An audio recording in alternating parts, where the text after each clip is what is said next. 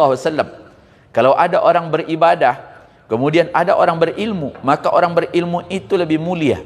Mengapa demikian? Karena dengan ilmu yang ia miliki, bisa memberikan pencerahan bagi orang lain. Kemudian ada juga ayat Al-Quran.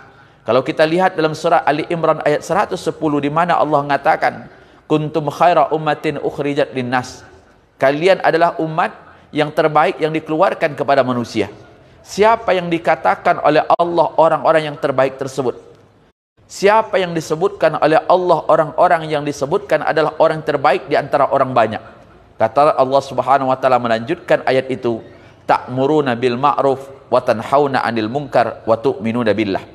Rupanya karakter orang-orang yang baik yang dikatakan di dalam Al-Quran, yang pertama adalah orang yang senantiasa memberikan motivasi dan saran untuk orang lain berbuat baik. Yang kedua yang dikatakan, yang mencegah dari kemungkaran. Kedua tentunya ayat ini, karakter ini sulit Pak. Maaf, mungkin kalau dibandingkan mana yang lebih sulit, menyuruh orang kepada kebaikan atau mencegah orang dari kemungkaran, mungkin mencegah kemungkaran itu lebih sulit. Apalagi di zaman yang seperti saat ini, seluruh perbuatan manusia dipandang dari sisi hak azazi manusia, yang kadang-kadang juga melanggar hak orang beragama. Maka ketika Allah Subhanahu wa taala mengatakan kuntum khaira ummah, kalian adalah umat yang terbaik, sesungguhnya kalau kita ingin masuk menjadi bagian itu, maka tugasnya adalah menyuruh orang lain kepada kebaikan atau menjadi sponsor bagi kebaikan, kemudian mencegah orang lain daripada kemungkaran. Maka sidang jemaah yang berbahagia, ada ungkapan yang luar biasa ketika Allah Subhanahu wa taala mengungkapkannya di dalam surah Al-Fussilat ayat yang ke-33. Apa yang diungkapkan oleh Allah? Wa man ahsanu qawlan, siapa di antara kalian atau siapa di antara mereka yang paling baik ucapannya? Maka ayat itu mengatakan mimman da'a ilallah, orang-orang yang senantiasa mengajak orang lain kepada Allah. Ketika dikatakan da'a ilallah, mengajak orang lain kepada Allah itu atau menjadi penganjur, itu ada dua Pak. Satu dikatakan orang yang berdakwah, atau paling tidak dia menjadi sponsor dakwah, kemudian dia mengajarkan orang lain. Yang kedua, para ulama tafsir mengatakan da'a ilallah adalah muazzin. Mengapa disebutkan muazzin dalam hal ini adalah ahsanu qaulan, orang yang paling baik? Karena muazzin itu dengan suaranya bisa mengajak orang yang lalai untuk beribadah. Saya yakin tadi Bapak Ibu ada yang duduk di kedai, ada di antara kita yang datang lebih awal, atau ada juga di antara kita yang mungkin hampir tak ingat jam berapa masuk zuhur.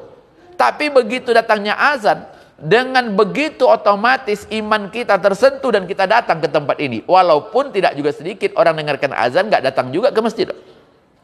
Maka subhanallah, maka ulama tafsir mengatakan orang yang dikatakan man da'a ilallah, orang-orang yang mengajak itu adalah orang-orang terbaik. Maka dulu Nabi pernah mengatakan, sesungguhnya orang-orang beriman dan orang-orang berilmu itu, kata Nabi, seperti hujan yang membasahi bumi. Artinya bumi ini kalau datang hujan, maka ada tiga karakter alam. Yang pertama dikatakan ada tanah yang dia bisa meresap air, kemudian dia menumbuh-tumbuhkan, kemudian tumbuh rumput-rumput yang hijau. Maka dengan adanya air yang terserap, adanya tumbuh-tumbuhan, adanya rumput yang hijau, maka hewan-hewan dan manusia bisa menikmatinya. Yang kedua yang dikatakan oleh Rasulullah, ada perumpamaan manusia seperti tanah yang bisa meresap air, kemudian Allah Subhanahu wa taala memberikan manusia itu untuk bisa menikmati air tersebut. Itulah yang kita buat sumur, atau ada sungai dan ada danau.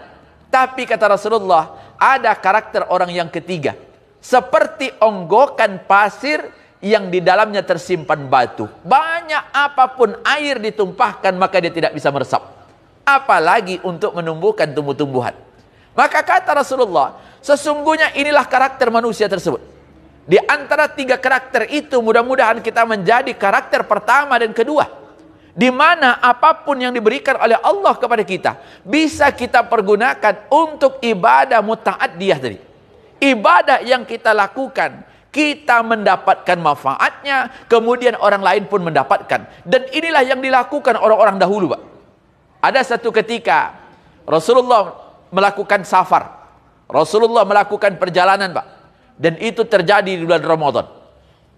Panas yang terik, Maka begitu datang bulan Ramadan, sebagian sahabat ketika itu berbuka, dan itu tidak masalah karena memang kondisinya safar. Yang kedua, udaranya panas. Tapi ada sebagian di antara mereka yang berbuka. Ada di antara mereka sebagian tetap berpuasa. Kemudian yang berpuasa itu duduk di samping-samping. Tidak lama setelah itu apa yang terjadi? Yang telah berbuka itu mendirikan tenda. Yang berbuka itu membuatkan makanan untuk yang berpuasa.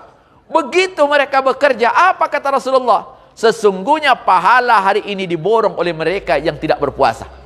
Subhanallah. Mengapa Rasulullah katakan, bukankah mereka berpuasa? Iya. Tapi kalau mereka yang berpuasa, yang merasakan mereka. Tapi sahabat yang tidak berpuasa bisa membantu orang lain, mendirikan tenda, menyediakan makanan, sehingga seluruh orang itu mendapatkan manfaat. Dulu ada sahabat yang bernama Abdullah bin Umar, anaknya Umar bin Khattab. Berangkat bersama sahabat yang lain, namanya Mujahid bin Jabar. Apa yang dikatakan Mujahid? Saya tahu Abdullah bin Umar itu lebih tua dengan saya, daripada saya, senior. Kalau begitu nanti kami safar, maka saya akan melayani apa kebutuhannya. Tapi apa yang terjadi?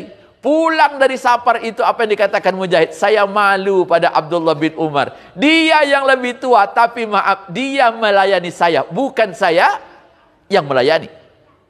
Di dalam kitab lain, Ibnul Hajar Al-Asqalani pernah ceritakan tentang seorang tua yang ingin berjihad, Pak. Dia sudah tua, datang kepada pasukan, dia katakan, boleh tidak saya berjihad? Semua orang memandangnya, mengatakan boleh jihad. Tapi dia katakan, kalau saya berjihad, satu syarat. Apa dia katakan? Seluruh kebutuhan pokok kalian, saya yang mempersiapkan. Orang-orang ketika itu membawa dia pergi. Datang peperangan, Pak. Istirahat, dia yang mengasah seluruh alat perang. Begitu ada sepatu yang kotor, dia yang membersihkan. Begitu ada pakaian orang yang kotor, bapak tua tadi yang mencucinya. Begitu terjadi peperangan, maka setelah selesai peperangan dihitung siapa di antara pasukan yang tadi berangkat kemudian tidak nampak. Tentunya jenazahnya akan dicari untuk dikuburkan sebagai mati syahid. Yang tidak tampak adalah orang tua tadi, yang menjadi pelayan pasukan. Setelah dicari, maka nampaklah di dalam telapak tangannya sebuah tulisan. Apa tulisan itu? Yang diungkapkan dalam kitab itu dikatakan, hadza min ahlil jannah. Ini adalah penghuni surga. Para sahabat bertanya, siapa yang menulis di telapak tangannya? Mungkinkah ada orang mati kemudian tulisnya? Tapi setelah diteliti, rupanya tulisan yang ada di tangan itu bukan tinta pena, dan dia tidak tertulis di kulitnya, tetapi tertulis di bawah kulit. Itulah karamah yang Allah berikan.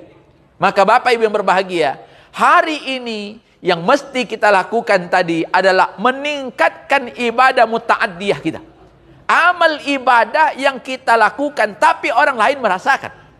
Itulah ada pembangunan masjid, ada wakaf. Yang Bapak wakafkan, kalau Bapak makan, berikan kepada istri, berpahala, iya.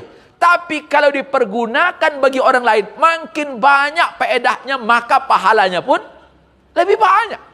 Maka itu yang dilakukan orang-orang dulu, Pak. Subhanallah. Bapak jangan bayangkan kalau ada ulama-ulama dulu minta dilayani. Nggak ada, Pak. Subhanallah. Bahkan maaf, makin tinggi ilmunya, makin hebat pandangan orang kepada dia, makin zuhud dia. Maka satu ketika Rasulullah safar, kambing sudah disembelih, Rasulullah membagi pekerjaan. Ada yang mengatakan, ya Rasulullah, biar kami yang menggulitinya. Yang lain sahabat, ya Rasulullah, biar kami yang akan menggulainya. Ya Rasulullah, kami yang akan mencari kayunya.